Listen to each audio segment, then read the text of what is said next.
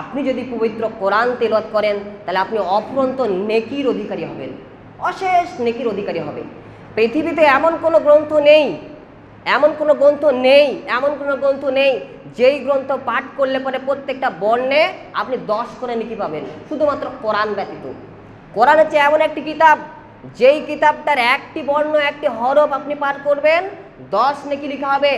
আল্লাহ রাসূল সাল্লাল্লাহু আলাইহি সাল্লাম বলেছেন, তিরমিজি হাদিস নম্বর 2910, যেই ব্যক্তি আল্লাহর কিতাবের একটি বর্ণ পড়বে, একটি হরফ পড়বে, তার জন্য নেকি লেখা হবে। নেকি হচ্ছে আমলের 10 গুণ। আমি বলছি না যে আলিফ লাম মিম একটি হরফ, বরং আলিফ একটি হরফ, লাম একটি হরফ, মিম একটি হরফ। যেই ব্যক্তি আলিফ লাম মিম পড়বে এই ব্যক্তির জন্য 30 নেকি লেখা হবে। আপনি বুঝতে পারছেন? যদি আপনি পবিত্র কোরআন তেলাওয়াত করেন অফুরন্ত নেকির অধিকারী হবেন।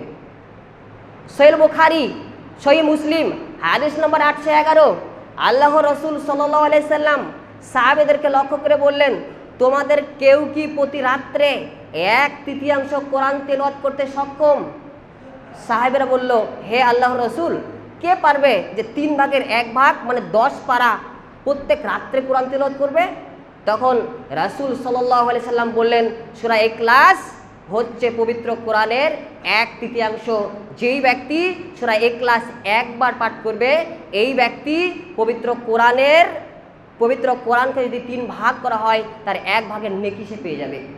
আপনি যদি পবিত্র সূরা ইখলাস 3 বার পাঠ করেন তাহলে একবার পবিত্র কোরআন শেষ করলে যেই নেকি লেখা হয় আপনার আমল নামায় সেই নেকি লেখা হবে। আপনি বুঝতে পারছেন?